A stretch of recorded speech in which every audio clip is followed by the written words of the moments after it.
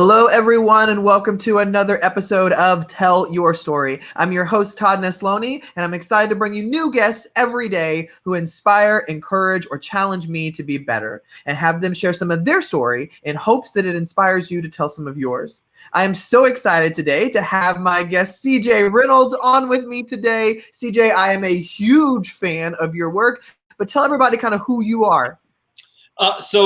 Thanks. First of all, I appreciate you hearing that. I feel like teachers are always alone in their classrooms. And so if someone tells you good job, you're like, wait a minute, what's happening right now? My name is CJ Reynolds. I teach high school literature in a class called the History of Hip Hop in West Philadelphia at an all boys school there. And I've been teaching, this is my 15th year in the classroom. And besides that, I run a YouTube channel called Real Rap with Reynolds. And that's kind of my short bio. There you go. Well, CJ, when I have these conversations, I always love to start with, back at the beginning when we were kids. And so when you were a kid, what did you dream that you were going to become? Was educator even on that list? No, it wasn't even remotely. I didn't like going to school, except for my friends. Like my friends made me want to show up because I liked them. I just didn't it was like class was this thing that got in the way of hanging in the hallway and stuff. Right. But from the beginning, my jobs were trash truck driver because I really wanted to stand on the back of the trash truck. It looked amazing. I wanted to be a carpenter, which I did for a while. I wanted to be a drummer, which I did for a while. Played on a bunch of albums and toured and stuff like that. I wanted to be a clown, which my wife, when she was my girlfriend, I was thankful enough to have her back that idea. And then I wanted to be a priest. So I lived in a monastery for a little bit. And then someone said, you should be a teacher. And somehow I found that all of those other things had been cross-training for this particular profession that I felt called to do. And so it was all these different elements from all those different things played into that. And so, yeah, I didn't even start teaching until I was 27 years old or something like that.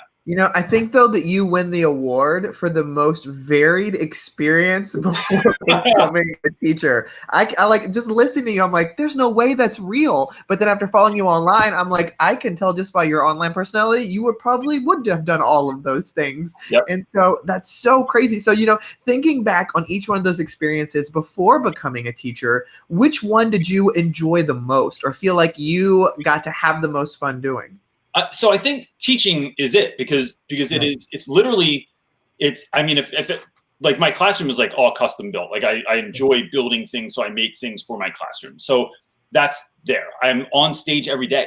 Being a teacher is being a performer on some level, right? You're standing in front of, you're trying to engage your audience and get them to buy into what you're doing. Mm-hmm. Although you feel more like an opening band than the main act most of the time. Yeah. And then it's caring for people. And for me, it's caring for students that are on the margins. And so that part of that love from being part of the church is in there. And then, being a clown is just it's basically it's being a fool out loud and not caring what other people think because your why and what you're trying to do with that why. And when you know that, you'll do anything to get your kids engaged. Well, you work with secondary students. Were you always drawn to older students? So I think the reason I could have gone either way. I've had this weird ability since I was a kid that I remember being 11, 12 years old in the food store with my mom and some kid in a shopping cart that I did not know who was shopping with his mother saying, telling me about his blue dinosaur that he has that's named Harry. And I remember my mom the mom would look at me and then my mom would look at me and she's like, why are you talking to that kid? I'm like, dude, I didn't say anything. This kid's just talking to me. That's my whole life. My whole life, I've been sitting at the kids' table. My whole life, I've been at the park with my own children, and other kids will come over and say, "Excuse me, can I play with you also?" And I'm like, "Oh, all right. This kind of seems weird. I'm glad I have my own kids because I don't look like some creepster." But it's so that connection with children's always been there. Yeah. The reason for secondary though is I felt that in my ninth grade year, I felt like I went from visible to invisible. I felt like I was this kind of kid that flew under the radar, that didn't really get the work, that wasn't a particularly good student, but I behaved. So I didn't get love or hate on either side. So that for me was a place where I wanted to go to help kids that felt like they were invisible know that they were visible. And ninth grade gives me that opportunity to do that. I love that that's the reason why you chose that grade. I think that's a powerful reminder for our job as not only as educators, but it's great to know that, that's your driving force before working with that age. And so, you said that now you work at an all boys school. Have you had your whole career there, or how long have you been at the school you're at now? So I've been there for 10 years. Okay. For 5 years previous to that, I worked in Camden, New Jersey, which is it's like one of the poorest cities in the world. But then, as often happens with educators, like I had 2 kids and then I just couldn't afford to stay there anymore. So that's where I looked for a new job. And then a guest that you had on recently, Nicholas Pascal, I was touring a school and going in for a job interview that I wasn't even sure if I really wanted. And I walk into a classroom and I see Nick Pascal sitting there, and I was like, bro, I want to work here now, because he's like next level educator. Well, I love that you mentioned him, because I've had him, and then I had someone else recently that worked at an all-girls school. And, it's so interesting to me to be in that environment where it's very gender specific. And so, you've had that experience of working in both. What do you enjoy most about the environment you get to work in now? So by and large, when I worked at a mixed gender school, I got, along with female students, far easier because they were more willing to talk. They were more willing to share what was going on, to say, Mr. Reynolds, I'm having a really tough morning, or I don't understand the work, or whatever. And the boys, not all of them, but by and large, were far more difficult to connect with because they were so guarded. Working at an all boys school, that goes out the window, especially after 9th grade. So 9th grade, there's still, like in our school, largely, that's when any fights happen. That's when any real bullying is happening. But once they realize, like, oh, I don't have to front and pretend to be somebody I'm not. I don't have to prove my how tough I am to everyone. And that changes 10th grade on. And you have this like amazing amount of brotherhood that comes up, where guys are really sharing their vulnerability, who they are, what they want to be, what's happened in their lives. And so I'm not, one of the things I try to tell my students is that it is not at all that female students are a distraction, but what you're doing is you're trying to unpack this toxic masculinity with students. And when you have that single gender aspect, it does make it easier to do that, because I just feel like, some of those social constructs have been sort of stripped away for those students. That's so interesting. I would love to experience a year or two in that, just to see the differences that exist, because I know some of them are very nuanced, but some are very obvious as well. And so, you're super active on social media, and your moniker is Real Rap with Reynolds. So where did that even come from? So, the funny thing is, I get emails from people all the time that make beats that are like, yo, if you could rap over my beats, like I'll give them to you for free. And I'm like, bro, that is not a skill set that I possess. My students refer to Real Rap as, so like I eat lunch with my students every day. I eat lunch with about 30 students a day. And now I do it online in a Zoom call because we can't be together. But it's my favorite time of the year or of the day, because we get to just talk about regular stuff. And sometimes real stuff comes up. So often I'll be sitting at my desk with a student, and they'll tell everyone like, yo, bro, can you step away? I'm going to have Real Rap with Reynolds. And so that has been something that's been said forever. And it really just means real talk. It means I'm about to open up and share some stuff with you that I'd rather not everyone know about yet. So it became Real Rap with Reynolds, and then it just became this thing that was like, people think I'm a rapper, and I'm like, I thought this was global slang. I didn't realize it was Philly slang. So it was more tongue in cheek anyway, and really a way to honor my students, because I love that part of our relationship so much that we can connect. So Real Rap with Reynolds is born. I love that story behind that moniker. Well, you are, like I said, you're super active on social media, on the different platforms and things like that. And one question that I love to discuss during these Tell Your Story interviews is that idea of doubt and comparison, because I know when you become really active, people have all sorts of opinions. You begin to look at things other people are doing and begin to compare yourself to it. So how do you insulate yourself so that fear, those comments, that comparison doesn't overtake you? So I think a lot of it has to do with, I was listening to a podcast this morning, and they were talking about how if you lose someone in your life, right, and it's the first time, that can be really, it hits you on a level that like no other loss is really going to hit you. And so like I lost my dad when I was 4. I lost my mom when I was 22. And both were like cancer. It took a long time. It was like this horrific ordeal.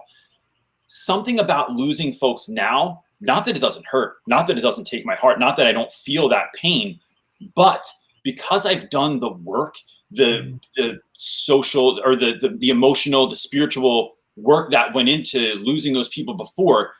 In this podcast, they were saying what that's like is if you don't do that work, you lost 6 people in your life. When that 7th person goes, it sets off the 6 other bombs that you have in your closet, right? But if you learn how to diffuse those other bombs, it's just a bomb that goes off in your life, right? And it doesn't take anything away from that loss or that hurt or that feeling, but it doesn't make it this huge thing. So occasionally I get hate online, right? Someone will watch half a video and they're like, I can't believe you do this, or you think you're like a savior, or there's like this idea where you can tell someone didn't dig deep enough. Yeah. And at first that can really hurt. But I feel like if I'm doing the work of knowing why I'm doing anything that I'm doing, if I keep kids at the forefront of everything I do in my classroom and keep teachers at the forefront of everything I'm doing on social, my why is strong enough that I can pull through that stuff. And so I've gotten, like, especially since the book has come out, like I've kind of like hit this next, I've leveled up in some way, shape or form, like in terms of views, but, and that has brought more eyeballs to me. But I just got to remember, you can't, folks cannot get in the way of my mission. I have been given something to do that I need to do. And no matter who gets in my way, bro, I don't have time for that because I got students that I'm focused on. I have lives that are depending on me. And that's how I look at it. Well, I love the comment you made, though, about, dealing with the pain, the grief, the whatever at the beginning. And when that's dealt with and when you have safeguards in place and you've worked through that emotion, the other things as they come get a little easier because you have a tool chest now to pull from. So I think that's great advice. And just whether we're talking about comparison or opinions or even loss, like you mentioned from the podcast, I mean, if you aren't dealing with that emotion in that moment, you're setting yourself up, like you said, for a later bomb to go and set off every other thing that's been by. And just that reflection right there. I mean, that's just so eye-opening to me to hear that way. I haven't heard it put that way, but I think that's really great. Well, you also mentioned, CJ, that you do have a new book out. And so so tell me a little bit about like how that came to be and what the experience was like writing that. So I never planned on writing a book. I never planned on any of this stuff, right? I've been doing what I've been doing. I understand that completely. Right? Like, it's like you were just teaching and doing your thing and going wild. And then all of a sudden, my son wants a YouTube channel, right? And so my son has, like every other young person I know, wants a YouTube channel. So we make a YouTube channel, then he loses interest in it. So now I'm like, I learned how to do all this stuff. I'm not going to not do it anymore. Yeah. So I spent the last 4 years making YouTube videos that I didn't know if anyone was going to watch them. I just put them out there and I felt like it was a good reflection on my practice. And so then a common friend, Adam Welcome, reaches out to me and he goes, bro, because Adam has to say bro, like every single time he talks, bro, you got to write a book. I'm like, yeah, I thought about it one day. Like, I don't really know how I'm going to, like, if I want to do it. Like, I have so much other stuff on my plate. He's like, no, bro, you have to write a book. So I just started thinking about it. And, Todd, the reason I do anything on social, I have 2 reasons. One is because I want my students, not me, I want my students to be able to share their story, similar to what you're doing, right? Without me getting in the way. And that's something that I really thought was amazing about your book, about that book, was this idea of like having folks tell their story. Right. And then I want to help teachers get through things that like are not being addressed. They're not being addressed on social media. They're not addressed in college. That you thought that you were going to rock it when you got in the classroom, and then you realize, oh my gosh, I didn't really learn how to actually educate or do any of this stuff.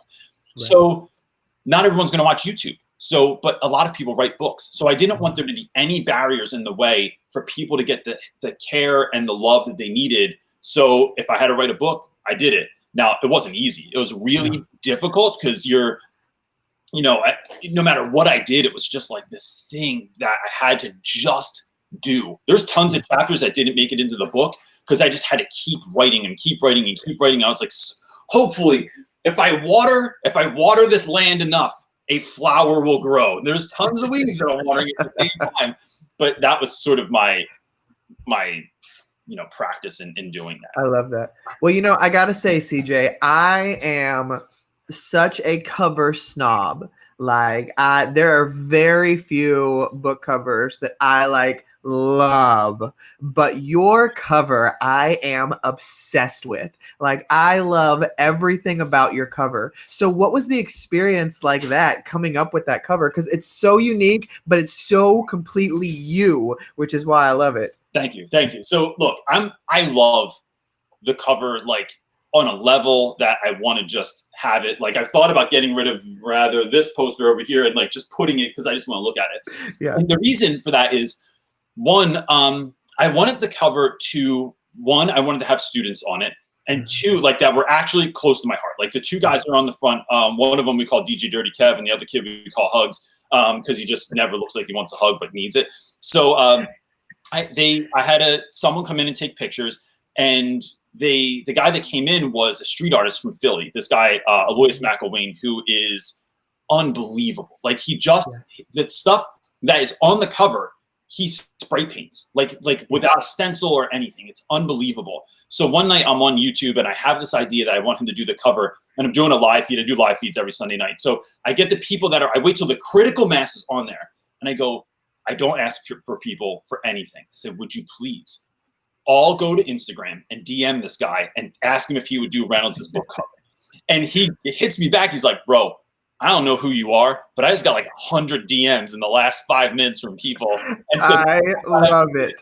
To know who I was. He comes in and creates the cover. And really, the cover is supposed to be a celebration of the community from which my students come from. Right. And my interpretation of it is me sort of looking at the students from afar who are facilitating their own learning, and a way to celebrate my students. Their parents were thrilled that they all have T-shirts. This one whole family has T-shirts with the cover on it because their boy was on the cover, because they're so excited about that. So yeah, I love that. I love so much the amount, people think, I think some people just think writing a book is so easy. You just throw it together, the cover's there, it goes out, and it's no, there's a lot of work. But I love that story so much, because your story right there about that cover exactly exemplifies the power of social media, and that idea of, the worst somebody's going to say is no or nothing at all when you reach out and ask. And if you've got a couple people who are watching your show and you can get them to DM this guy, and that leads to him designing the cover, I mean, it is worth every single experience. Because, even when I think about things for this show, I've had some guests on recently who are idols of mine, and not even in the educational world. I mean, I had the Green Ranger, Tommy, JDF, yesterday on Tell Your Story. I mean, those kind of experiences just come from social media. Yeah. And so I think that your story is a great example of, don't ever not reach out for fear of rejection, because we're going to get rejected our whole lives. At least they said no or nothing at all, rather than you always wondering, what if I had reached out. So, real quick, I mean, to just piggyback on that, because I think that folks really need to hear what you just said there. It is, one of my heroes in life is this guy, Pat Croce. He used to own the Philadelphia 76ers. And he used to say that if you don't ask, the answer is already no. And some of the greatest experiences I've ever had with my students have been the result of a DM that I sent to someone. I didn't know if they were going to say yes, but then they do. So my dream is to have Will Smith come and visit my students, right? Because he loves Philly. Can't get to Will Smith, but could I get to DJ Jazzy Jeff? Or could I get to Will's best friend, who DM'd me back, this guy on Instagram, Will's best friend since he was in the theme song of The Fresh Prince. And I DM him and he's like, yeah, bro, I'll talk to your kids, no problem. So it's just a DM. It's not like a rejection. You're not the 8th grade dance asking someone to dance and they say no in front of all your friends. Bro, nobody knows what I'm doing. So I would encourage everyone to think of who would be the greatest person to speak to your students, and then just shoot them a DM on Instagram or send them a message on Twitter, and no one's ever going to know if they say no, but you might get a yes. Exactly. And I think that's such great advice for people to hear, because whether that is an author, an illustrator, a musician, an actor, any of those people, when you're truly passionate and you're reaching out for the right reasons, there's so many people who so often will say yes. And you're like, wait, like for real, like this was, I thought never gonna happen. And they're like, yeah, sure. I look, because a lot of them will go look at your social media and they're like, okay, I like what you share. I like what you're doing. Sure. I'll come in and jump 100%. in.